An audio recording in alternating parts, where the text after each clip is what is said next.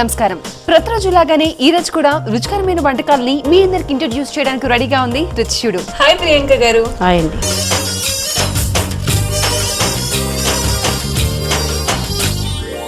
Basin చెక్కి fry ఇదేనా sweet హాటేనండి, అది కర్రీనే. బేసిన్ చెక్కి ఫ్రై. బేసిన్ చెక్కి ఫ్రై. ఓకే, బేసిన్ తో చెక్కి అంటే మనం స్వీట్ అనుకుంటాం కదా, శనగపిండితో. అవును, మైసూర్ పాక్ తో చేస్తాం. అది కాదు, అది కాదు, ఇది కర్రీ. కర్రీ. సో బేసిన్ చెక్కి ఫ్రై కర్రీ అంట అండి. స్టార్ట్ చేద్దాం. స్టార్ట్ చేద్దాం. ఫస్ట్ ఏం చేద్దాం? బాండి పెడదామండి, స్టవ్ వెలిగించి. ఓకే, వేడి అవ్వాలండి. సో హీట్ అయిపోయింది కదండి. ఆయిల్ వేద్దామా? ఆయిల్ వేద్దామండి. ఎంత తీసుకోవాలండి ఆయిల్? ఆయిల్ 3 స్పూన్స్ అయితే చాలండి.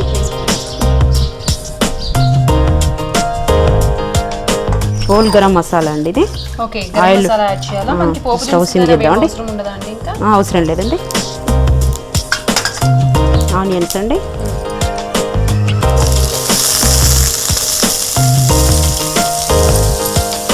చాలా సన్నగా చాప్ చేసినట్టు. చాలా సన్నగా చేస్తాను. అల్లం వెల్లుల్లి పేస్ట్ అండి, కొంచెం లైట్గా. అల్లం వెల్లుల్లి పేస్ట్ పసుపు కూడా యాడ్ చేశారా? పసుపు కూడా యాడ్ చేశాను. పసుపు ఆయిల్ వేస్తే ఎక్కువ రోజులు నిల్వ ఉంటుందండి.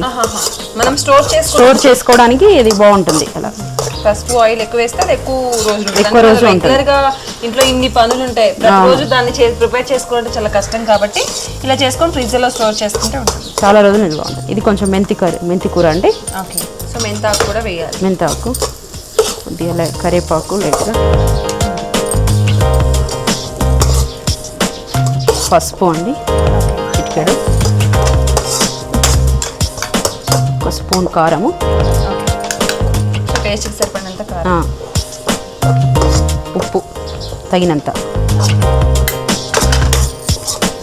ఇప్పుడు ఒక గ్లాస్ వాటర్ తీసుకోవాలండి. ఒక గ్లాస్ పిండి తీసుకుంటే గ్లాస్కు తక్కువ వాటర్ తీసుకోవాలి.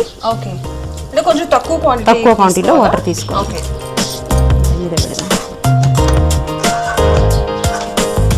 బాయిల్ అవ్వనివ్వాలండి.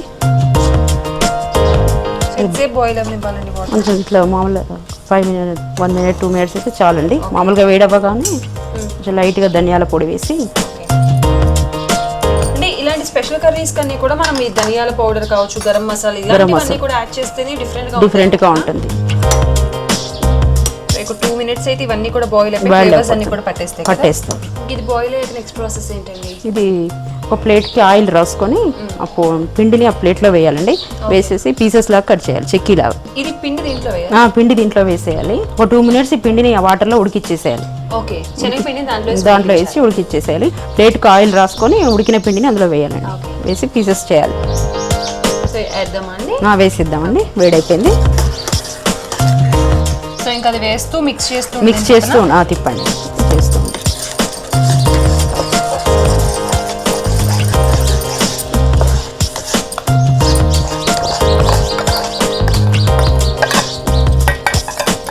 కొంచెం పిండి గట్టి పడే వరకు ఉంచేసి ప్లేట్కి ఆయిల్ రాస్తాం. సో ఇది మాత్రం చాలా కాంప్లికేటెడ్ థింగ్. గట్టిగా ఉండాలండి. కొంచెం లిక్విడ్ అయినా పీసెస్ రావు, అందుకే వాటర్ తక్కువగా పోయాలి. ఈ పీసెస్ చేసి బిళ్ళల పులుసులాగా కూడా చేయొచ్చు. దీన్ని కర్రీలాగా పులుసులాగా కూడా చేయొచ్చు. అండ్ ఇది ఏంటంటే మళ్ళీ శనగపిండి ఎక్కడ కూడా ఉండలు కట్టకుండా చాలా గట్టిగా ఉండాలి, గట్టిగా తిప్పాలి. మళ్ళీ మన కర్రీ అంతా అయిపోయాక అక్కడక్కడ పౌడర్ పిండిగా ఉంటుంది, పీసెస్ రావు.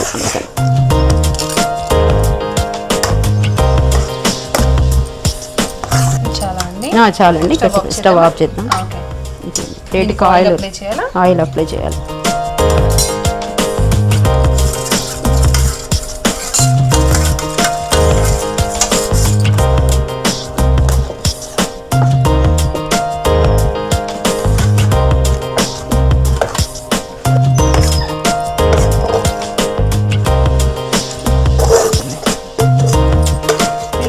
ప్లేట్ అంతా స్ప్రెడ్ చేయాలి.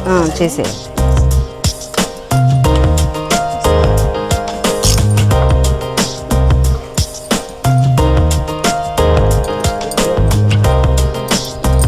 ప్లేట్ నిండా స్ప్రెడ్ చేయాలండి పిండిని. దాన్ని పీసెస్గా కట్ చేయాలి. కట్ చేయాలి. పీసెస్ ఎలా అండి, గట్టిగా అయిపోతాయా కాసేపు ఉంచితే, లేదంటే ఇలానే ఉంటుందా? కొంచెం కొద్దిసేపు ఉంచితే గట్టిగా అవుతాయండి. ఓకే, వాటిని మనం మళ్ళీ ఫ్రై చేయాలి.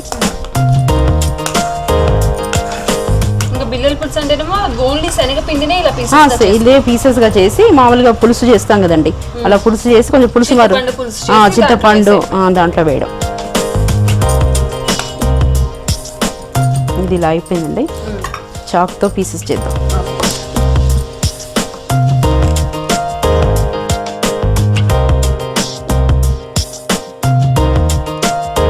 పిండిని చేతితో ఇలా మెత్తగా అనేసేయాలండి. నీట్గా షేప్ వస్తుంది. కొంచెం గట్టి పడాలి పిండి. పీసెస్గా కట్ చేయాలండి చాక్తో.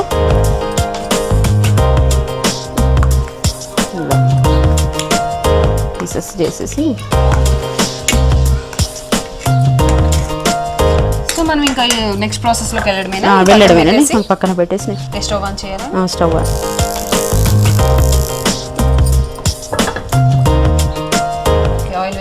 ఆయిల్ వేద్దాం. ఇప్పుడు ఏం డీప్ ఫ్రై అండి, నార్మల్ ఫ్రై? మామూలు కర్రీ లాగానే. కర్రీకి ఎంత ఆయిల్ పడుతుందో అంత ఆయిల్ వేయాలి.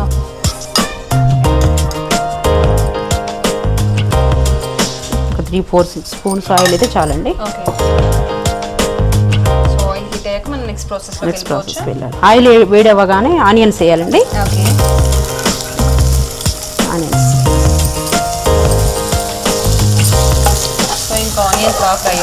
బాగా ఫ్రై అవ్వాలండి. ఆనియన్స్ వేసి కొంచెం మెంతి కూర అండి.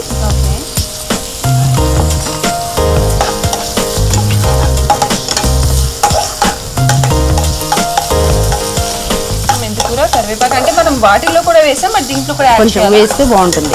అదేమో వాటి లోపల ఉంటుంది, ఇదేమో కర్రీకి ఉంటుంది.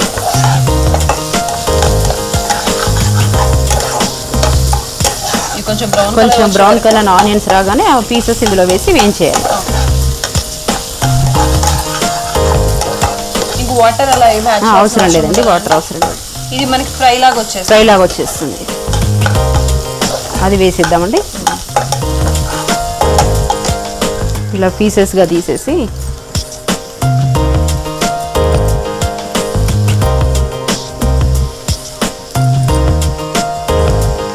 మనం మొత్తం కూడా మిక్స్ చేసుకోవడం.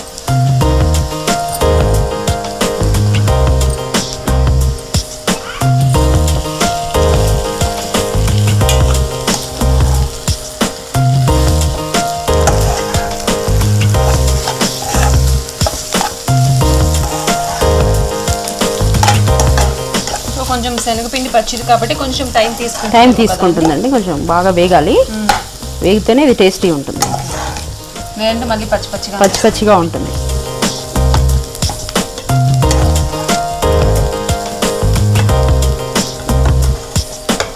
ఇది ఇలానే చేసుకోవచ్చు, లేదంటే సపరేట్ గా మనం చిన్న చిన్న పీసెస్ లాగా హ్యాండ్ తో చేసుకొని పక్కన పెట్టుకొని అవన్నీ కూడా అలా అయినా చేయొచ్చు.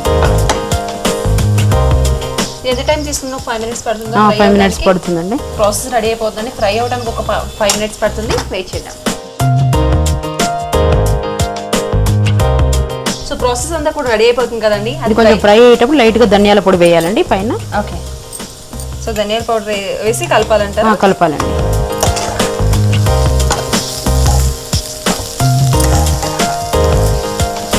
సో వ్యూయర్స్ చూస్తున్నారు కదా బేసన్ చెక్కి ఫ్రై ఎలా ప్రిపేర్ చేసుకోవాలో. ఫస్ట్ అయితే మనం ప్యాన్ పెట్టుకొని దాంట్లో ఆయిల్ వేసాక దాంట్లో మనం మసాలా దినుసులు, అలాగే కరివేపాకు, మెంతి ఆకు కూడా యాడ్ చేయాలండి. అలాగే ఆనియన్స్ కూడా వేసి అవన్నీ కూడా బాగా ఫ్రై అయిన తర్వాత మనం శనగపిండి ఎంతైతే క్వాంటిటీ తీసుకుంటే, ఒక 1 glass శనగపిండి తీసుకుంటే దానికన్నా కొంచెం తక్కువ క్వాంటిటీ వాటర్ తీసుకోవాలి. దెన్ మనం వాటర్ యాడ్ చేసి మనం వేసినటువంటి ఫ్లేవర్స్ అవన్నీ కూడా యాడ్ అయ్యేదాకా ఉప్పు కారం కూడా యాడ్ చేయాలి అప్పుడే. సో వాటర్లోని ఉప్పు కారం కూడా వేసేస్తే ఆనియన్స్కి అన్నిటి కూడా బాగా స్ప్రెడ్ అయిపోతుంది. సో ఆ ఫ్లేవర్స్ అన్నీ అయిపోయి వాటర్ కొంచెం బాయిల్ అయిన తర్వాత మనం రేషియో శనగపిండిని చూసుకొని అది కూడా యాడ్ చేయాలి. సో శనగపిండి అదంతా కూడా బాగా మిక్స్ అయ్యాక మనకి ఎక్కడక్కడ లూజ్ అవ్వకూడదు అనమాట. సో ఎంత టైట్గా ఉంటే మనకి నెక్స్ట్ కర్రీ అనేది అంత బాగా ప్రిపేర్ అవుతుంది. సో ఆ శనగపిండిని కూడా వేసేసి బాగా థిక్గా కలిపేసి నెక్స్ట్ స్టవ్ ఆన్ చేసి ఒక వేరే ప్లేట్లో మనం ఆయిల్ అప్లై చేసి ఆ శనగపిండి ముద్దనంతా కూడా ప్లేట్లో వేసేసి బాగా హ్యాండ్తో స్ప్రెడ్ చేసి చిన్న చిన్న పీసెస్గా కట్ చేయాలి. దెన్ ఆ పీసెస్ కట్ చేసుకొని పక్కన పెట్టుకున్న ఒక 5-10 minutes ఉంటే మాత్రం పీసెస్ అంతా గట్టి పడతాయి.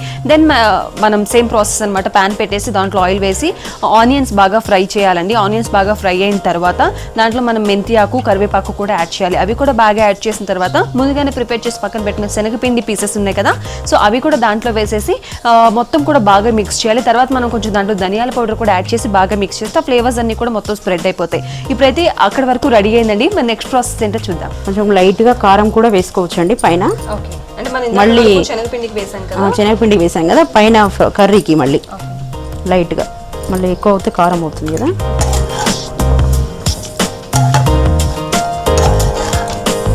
కారము ధనియాల పొడి వేసి స్ప్రెడ్ చేసి స్టవ్ ఆఫ్ చేసి సర్వింగ్ ప్లేట్లో తీసుకోవడం అండి.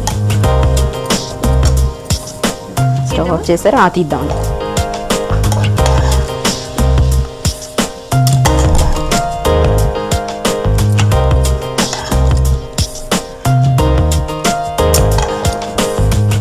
ఇది మనం ఫ్రై లాగా రైస్ లో కలుపుకొని తినచ్చు.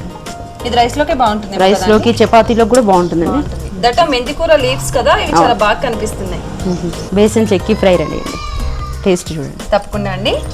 చూస్తున్నారు కదండి, బేసన్ చెక్కి ఫ్రై రెడీ అయిపోయింది. సో ఇందాకైతే మనం ఫ్రై అయ్యే వరకు చూసుకున్నాం. దాన్ని ఫ్రై అయిన తర్వాత మనం కొంచెం కారం యాడ్ చేసి బాగా మిక్స్ చేసి స్టవ్ ఆఫ్ చేసుకొని తీసుకొని సర్వింగ్ ప్లేట్లోకి తీసుకొని సర్వ్ చేయటమే. అండ్ ఇప్పుడు బేసన్ చెక్కి ఫ్రై టేస్ట్ ఎలా ఉందో చూద్దాం. చాలా మెంతి ఆకులు అయితే దీంట్లో పైనంతా కూడా చాలా బాగా కనిపిస్తున్నాయి స్ప్రెడ్ అయ్యి. కరివేపాకు అన్నీ కూడా చాలా స్పెషల్గా ఉన్నాయి కదా. ఆనియన్స్ చిన్న చిన్న పీసెస్గా కట్ చేసేసారు కాబట్టి చాలా కలర్ఫుల్గా ఉంది. మరి ఇప్పుడైతే టేస్ట్ ఎలా ఉందో చూద్దాం.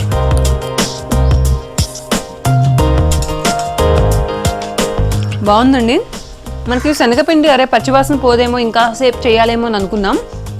కాకపోతే ఇంత క్విక్ టైంలో శనగపిండి ఎక్కడ కూడా పచ్చి స్మెల్ లేకుండా బాగా ఫ్రై అయింది. ఆనియన్స్, మెంతి ఆకులు, కరివేపాకు అవన్నీ కూడా చాలా క్రిస్పీగా తగులుతూ చాలా వెరైటీగా ఉంది. టేస్ట్ కూడా చాలా బాగుంది. మరి బేసన్ చెక్కి ఫ్రైని మీరు కూడా ట్రై చేయండి.